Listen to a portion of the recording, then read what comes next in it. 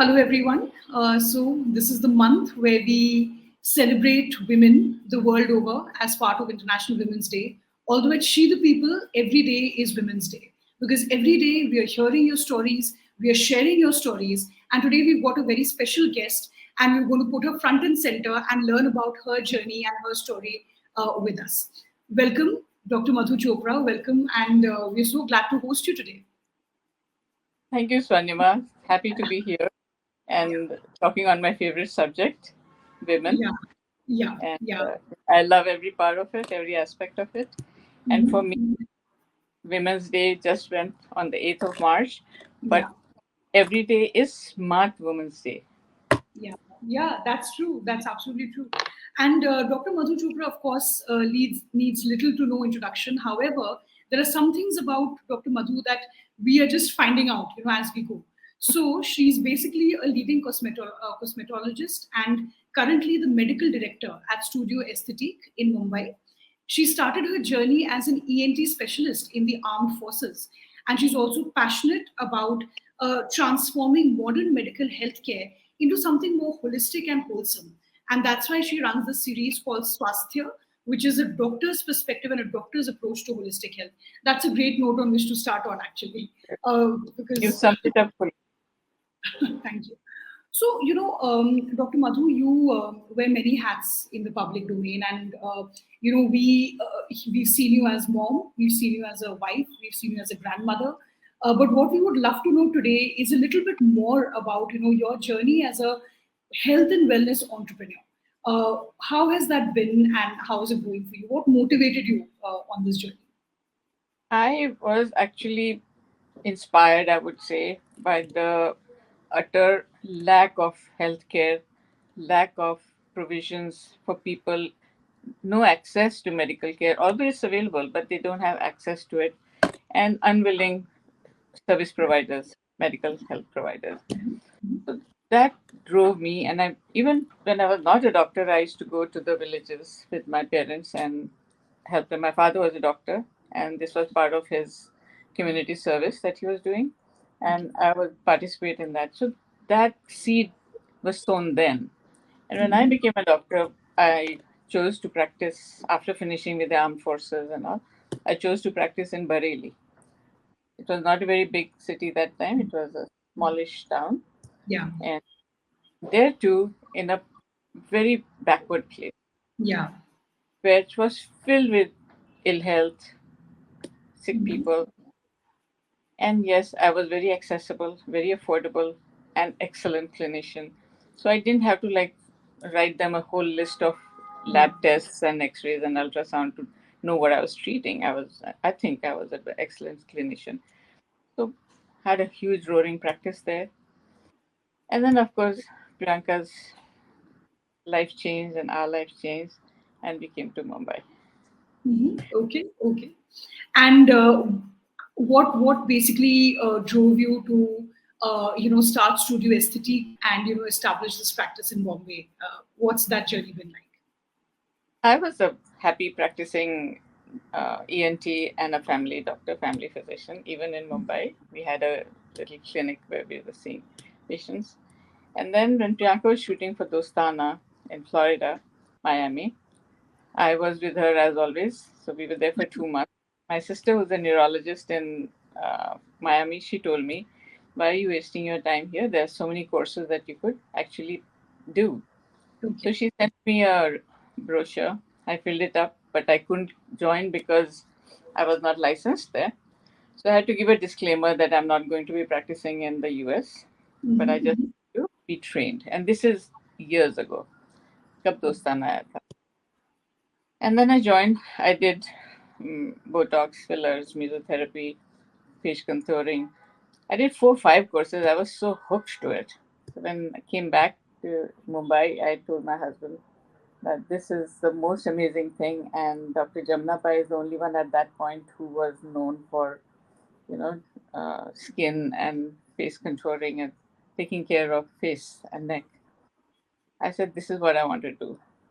And immediately Chopra helped me, and we set up Studio Aesthetic, and we found agents, found people, and I bought the best of machines. It was like pretty expensive, but we had worked hard enough to manage that. Yeah. And I had almost six, five, seven machines immediately. And then the word go, I was on. Yeah, yeah, that's wonderful. I mean, as the people, we love the stories of women changing their own paths again and again, and reinventing themselves again and again. This is something that we resonate with so much, All my right? life, I have Yeah, changed my trajectory depending on the moment, depending on the opportunities. I have completely always moved. Even today, I'm studying, I'm reading about stem cells. I want to do that. So yeah. there's no end to knowledge and no end to application of your knowledge. That's right. That's right. So, you've been a public figure, I think, roughly for as long as your daughter has been, and, that has, I'm sure, brought with its own, the pros and cons to everything, of course. You were recently, after the passing of your husband, you were also, both you and your daughter were grieving in public. We've seen instances when you have responded very fiercely in a very motherly way to the trolls that are, saying stuff about your daughter. So, how has this journey in the public domain been for you? What lessons have you learned about, resilience or shutting down the trolls and just, be having a voice on in the public Yeah. domain? There was a time when I was very reactionary, I would say. I would react and rise to a situation, and I was very possessive, protective about my kids and my family, Yeah, yeah, and justifiably so. But then of one day, course. Priyanka sat me down and she said, Mom, it's not worth it at all. You are starting a conversation on a subject that you don't want to talk about. I mean, it's a nuisance. It's a pain in the a thorn on your Yeah, side, but it's not worth wasting your breath and your time on. And that's that was the day I stopped. I don't care. I mean, it's a good thing you know the mind of the people, mindset of the people, and you know who are the garbage and who are the ones who love and care for you. So it's a good thing. Some kind of trolling, it kind of shows you a mirror, but not if it is out of hatred or envy or jealousy. I don't care about that at all. I prefer if you make a constructive comment, which I don't count as trolling. A Mm. constructive comment may not be positive, it may be negative, but that's Yeah, like a mirror. I think it's really useful also at times, yeah, yeah, not yeah. full troll. That's right. And I think creating the distinction between all the voices we keep hearing, that what is meant well and what is just meant as a, as something that we can keep seeing, especially for women who are in the limelight. It's it's a journey as well, navigating that. What the negatives get more eyeballs, the Yes. negatives get pointed out faster. Mm. So I Yeah. think they do it just for their 2 seconds of fame. They have found a mention somewhere, maybe not from the celebrity or the person herself, but from Yeah. somewhere. And they become a subject of conversation and TV news, headlines, everything. They pick up these nasty things Yeah. faster than the real stuff. But Yeah. these people do it because they want that acknowledgement or Mhm. recognition. Although they're Yeah. mostly anonymous, so it doesn't Hmm. matter. Yeah. And how do you, I mean, at times when, like you said that in the beginning it was hard for you and reactions were warranted and later, you learned and evolved on how to, so how do you even now manage your mental and emotional health, given that people are just always saying something or the other? So how do you, kind of just switch that out and say, okay, this is blindsided. I'm not even looking at this and I'm just carrying on doing what I'm I mean, it becomes a conditioning after a doing. Yeah, while. It's self-preservation, that's and right. you are focused. You know where you have to Mhm. go, you know the path you are taking, and these. I mean, what I tell Priyanka, elephant अपने पास चाल चलता है, कुत्ते भौंकते रहते हैं, but it doesn't Yeah, matter to them. yeah. So you be the elephant, grow so big that all these barking dogs just stay on the wayside and doesn't affect. Mhm, okay. So, in her Oscar speech the other day, Michelle Yeoh said something, truly transformative, that don't let anyone tell you that you are past your prime, And I think that was a message that, sticks especially to women in their midlife, but also I think in general, especially because in our society, we say, okay, by 30, if a woman is not fulfilling certain, ticking certain boxes or doing certain things, I mean, your time is gone. But we are seeing that, how women, and one of you are one of them, who are kind of like really taking these stereotypes and turning them on their face. That you're constantly reinventing, constantly learning, applying your learning in new ways. What is the key message that you would like to give to women, especially in their midlife, given our social situation, where we feel that okay, now you've done your job, you've your children are grown up, this that, now you're aging, and this the women in India above a certain age are a little invisibilized. So what is your message to them? And yeah, You see the way the women are being empowered now. Y'all are living in a beautiful world today. It wasn't Mhm. so time back. But That's right. today, women are living in a beautiful world. They have opportunities. They just have to recognize their opportunities and make the most of them. And people are helping them Yeah, hone their talent, helping them find opportunities, helping them, the sisterhood. The yeah, sisterhood is so amazing now. The women try to pull up the other women. Women go out to teach them. Women go out to see that they get some adult education. I think y'all are living in a beautiful world. I started Studio City probably 5 years before retirement age. So it's never too late for anything. You have to see your opportunity. You have to test your talent, and you have to trust your luck. Very yeah, important. And most yeah, important, be confident and be very, very good hearted. Be very good person. yeah. That's the one that is the wind beneath my wings, I would say. I mean, you're Mhm. good to people, they're good to you back. Yeah, And that's right. that really helps on taking longer strides, bigger strides, and moving farther and faster. Being a good person is the cherry on the cake. Absolutely. No, that's right. And since you speak a lot about holistic health, and Yeah. we already know that when it comes to India specifically, but all around the world, women's health is something that we don't talk so much about. And one thing that women should be getting much better at is self care, like taking care of themselves, whether that is taking a break or that is just drawing boundaries or whatever it is. What is self care for you, and why do you think it's important that women find their own definition of self care and practice it? The way forward, I can tell you, is holistic treatment.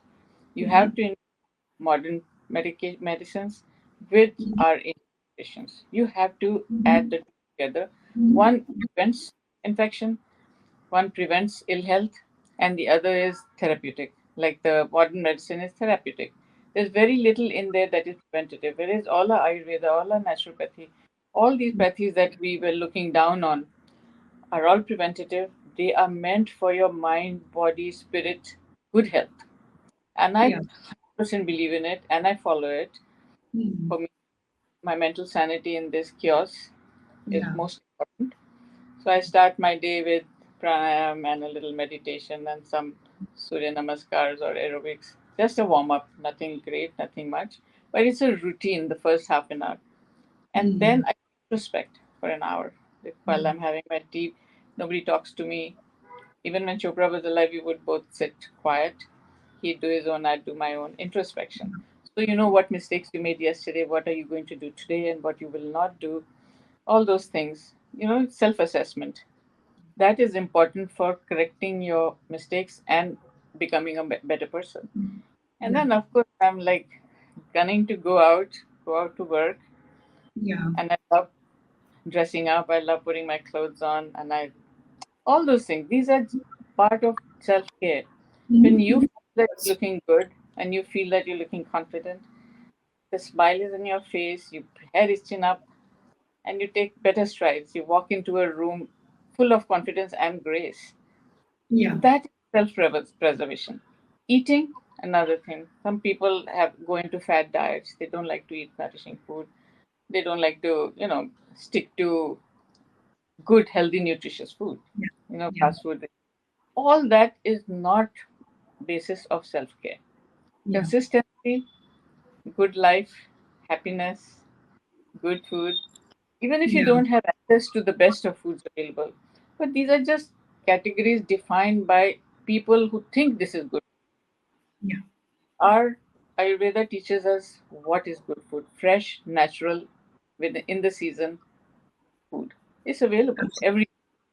If not available, you can grow it. It's so easy. Yeah. Yeah, yeah. No, I think you raised two very important points. One is, access to nutrition. And that's the thing, like in India especially, nutrition and access to it is so political even within the families. For example, with, the wife must eat last and things like that. Of course, things are changing now and have changed to a very great extent. But just one generation previous to ours, a woman who would say, I'm going to eat with everybody in the family and not going to eat stuff that's left over by the others. That was, that was not easy to do. It was like ladai karna at home. And the second thing that you said is, just having time in silence. And that reminds me of this, the famous thing that Virginia Woolf always used to say in the context of more women writers, that a woman should have a room of her own. And, otherwise, how will the creative spirits and the creative juices flow? If she's in the kitchen, raising children, cleaning the home, what a woman needs is a room of her own. So, thank you for bringing that. So, since we're talking about healthcare, we just want to shine a light for a second on women's health. As a family health practitioner and as a medical practitioner, we already know that when it comes to women's health, right from symptom identification to diagnosis to long-term management, these are filled with challenges. And hormonal health issues are the diagnosis of them are on the rise. So, what and since we are interacting around Women's Day, what is your current view on how we can promote women's health, especially taboo topics like midlife health and menopause for women? You opened up the Pandora's box. It's a huge subject that you just Yeah, touched upon. So maybe I'll be long winded about it. yeah, Women's health, first thing first we should do is spread more information. People who know, people who are knowledgeable, should let all those people know what is important for them, not just midlife, even to young children, because that is the foundation of your midlife. You that's true. should know your sanitary hygiene. You've got to know your sexual behavior. You have to know your the outfits. Summer you should wear different kind of clothes. Winter you should wear have sunscreen. These are all the basis of what's going to happen later. It all depends on how you have spent your youth, your younger age, your food habits, your clothing habits, your sexual habits, your the company you kept, good company, bad company. All these Yeah. things are the basis of what ailment, what disease, or what ill health you're going to have. Mhm.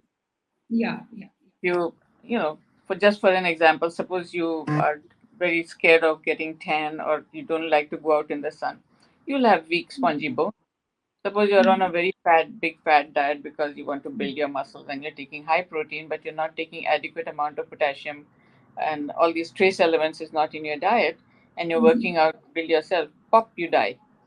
Yeah, Because these little things are essential for the good functioning of your body. So that's that is the foundation. If your foundation is strong, midlife can be a breeze. But yeah, if it is not there, so this is the information that I go to schools and colleges and young adults, I talk to them, I tell them this. It's yeah, fine to make your choices, but see that your choices are beneficial for you, yeah, will help you along the way as you go ahead. mhm, Your family, your friends will all be behind you. As yeah, you move forward, you're all alone by yourself. So you have to be, your youth should be well spent, well mhm, done. So yeah, midlife is not a problem. Now coming to a midlife person in yeah, the middle life, not just women, even men, I think, go through a lot of hormonal issues at this stage. Women more because they have the yo-yo thing when they get pregnant, their hormones do yeah, something else, and they're excited or angry, their hormones do something else. So they have more of a yo-yo behavior, which is the reason for imbalance in the body. Again, I said information, knowledge is very important. The other it's not been researched and said, but you see the kind of adulterated food we are having. yes, The cows are being given hormones to get more milk, and our children and us, we are using that. The rate of breast cancer, ovarian cancer has gone up so high because all the hormones that we are taking in all our food, even the green fresh vegetables, yeah, everything has been injected with something or the other, chemicals, hormones, whatever else. mhm, So that's the bad stage that kids have. You can't do much about it. So best is to have pasteurized milk, boiled well. So, you can destroy whatever additives that has gone into the milk.